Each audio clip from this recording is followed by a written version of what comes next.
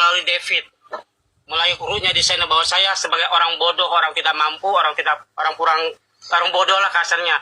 Saya mohon maaf kepada Ustadz Ebit atas perlakuan anak saya. Mungkin anak saya dalam tekanan atau istilahnya diiniin sama orang yang tidak bertanggung jawab, gitu Pak Ustadz. Dia bilang hanya karena uang, Pak. Dia bilang nih, dia hanya karena uang saja.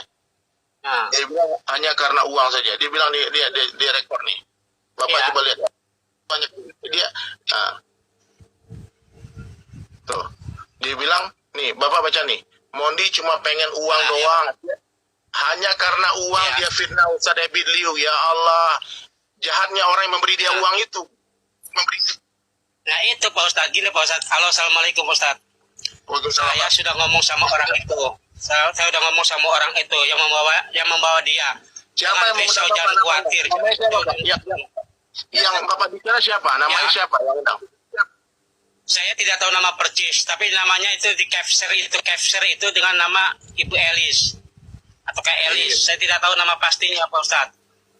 Ya kan, dan tidak pernah berhubungan dengan saya atau minta izin kepada saya gitu sebagai orang tuanya.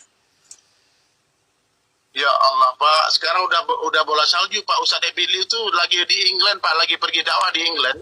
Itu pulang gara-gara ini Pak. Saya Pak Ustadz, saya minta maaf sama Ustadz Ebit. Dan sekali saya mohon maaf, mungkin di Mondi mungkin ada tekanan Pak Ustadz di sananya. Ada tekanan dari pihak yang tidak bertanggung jawab. Mondi itu WhatsApp saya, Ustadz besok saya pulang, jemput di airport. Dia minta pulang, tapi dia nggak pulang sampai sekarang, udah seminggu. Ini Mondi WhatsApp saya. Karena ditahan Pak Ustadz. Karena saya udah telepon kemarin, karena ditahan dia. Dia mau berangkat, mau pulang. Ternyata ada laporan.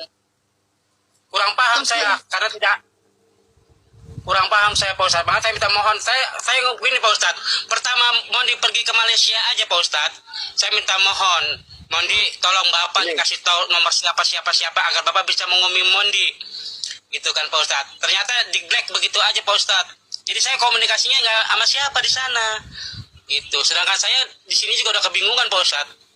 Saya mau ngadu mas apa? Saya meminta nomor Pak Ustadz, nggak ada nomor Pak Ustadz. Saya mau minta sama siapa lagi di sini? Dan dia itu di luar batas. Ini udah kelewat batas Pak, nggak masuk akal. Dia fitnah ulama, orang yang paling dicintai di Malaysia, orang paling baik Pak. Saya nggak pernah lihat orang lebih baik dari Ustadz Ebit Liu Pak. Orang baik luar biasa. Saya mengakui. Orang yang hatinya lembut, lisannya lembut, orang yang hati-hati hanya Allah saja. Dia cari uang, pakai uang pribadi dia bagi.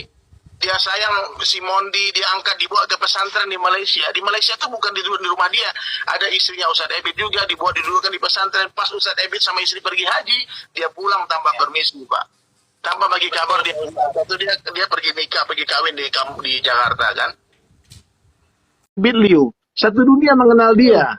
Satu dunia sayang sama dia. Kenapa dia buka jilbabnya hanya gara-gara nggak dikirim uang? Iya.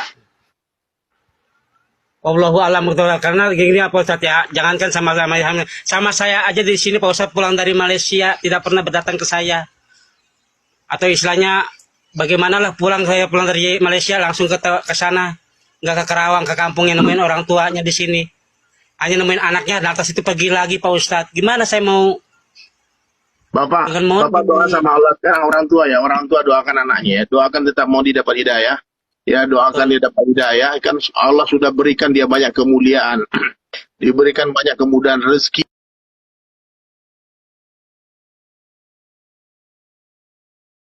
Besar undang dia podcast, tapi dia tak pernah bersyukur, dan akhirnya pergi malah memenuhi panggilan orang itu tanpa ngasih tahu saya juga. Nggak ada orang dibagi tahu. Anak-anak pang Jakarta nggak ada yang tahu, tiba-tiba dia udah di Malaysia saja. Dan sebelum ke Malaysia dia bagi video ini bersama saya, dikirim ke saya video ini. Bapak dengar ya, semua teman-teman kalian dengar, ini video Mondi sebelum sampai di Malaysia. Maknanya dia itu sebetulnya tidak ada masalah dengan Ustadz Ebit Liu. Ya, dia tidak ada masalah dengan Ustadz Ebit Liu. Sebentar ya. Oke. Ini saya juga lagi di WhatsApp nih sama. Iya. Bentar. Ini video dia nih. Iya. Dia bilang si Johan itu kalau udah gede mau jadi apa? Mau jadi Ustadz Ebit. Betul.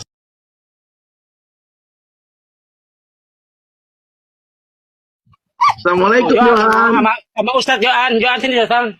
Emang dia pengen begini Pak Ustadz. Dia kalau ketemu Pak Ustadz Ebit mau cium tangan seperti begini itu Pak Ustadz. Tuh. Ustadz ini. Anaknya cuman anak sayanya Mondi ini susah diatur Pak Ustadz, ya Allah, ya Rasulullah. Jadi saya sebagai orang tua gimana? Gitu. Dia bilangin sama orang tua begini ngelawan, bilangin begini ngelawan. Sebelum berangkat ke Malaysia, dia bikin video ini. Iya. Itu emang dia itu ada di Tangerang Pak Ustadz, mau pulang ke Karawang. Mau nganterin anaknya. Jadi sebelum sampai di Malaysia, dia tidak ada masalah dengan Ustadz Ebiliu. Dia sangat memuji sampai di podcastnya si Bang Ari Untung. Dia sanjung Ustadz Ebiliu seperti malaikat. Betul. Ya. Tapi sampainya di Malaysia, entah apa yang diceritakan sama orang yang mengundang dia itu, sehingga dia tiba-tiba membenci.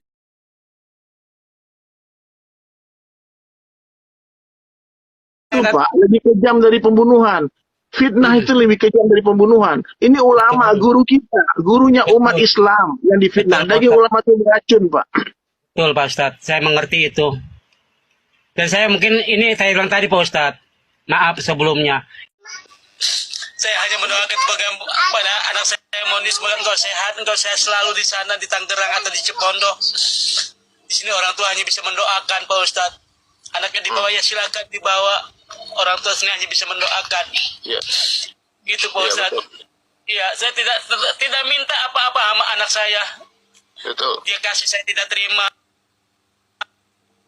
Untuk kamu, untuk keperluan anak kamu. Iya. Saya ini Bapak walaupun berobat masjid masih sanggup untuk ngurusin anak-anak maupun adik-adiknya. Itu saya mohon Pak Ustadz, Mondi. Oke, siap. Nanti ini orang ini pikir lagi screenshot saya itu adalah bohong. Oke. Nah, ini videonya nih. Ini videonya Mondi Tato. Memang nama dia. Oke. Nama dia di handphonenya Mondi Tato, tapi dia tulis nama dia pakai I.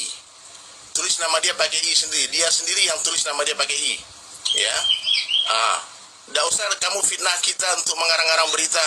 Nih, siapa namamu tadi? Kau tahu bukan siapa-siapa. Oke.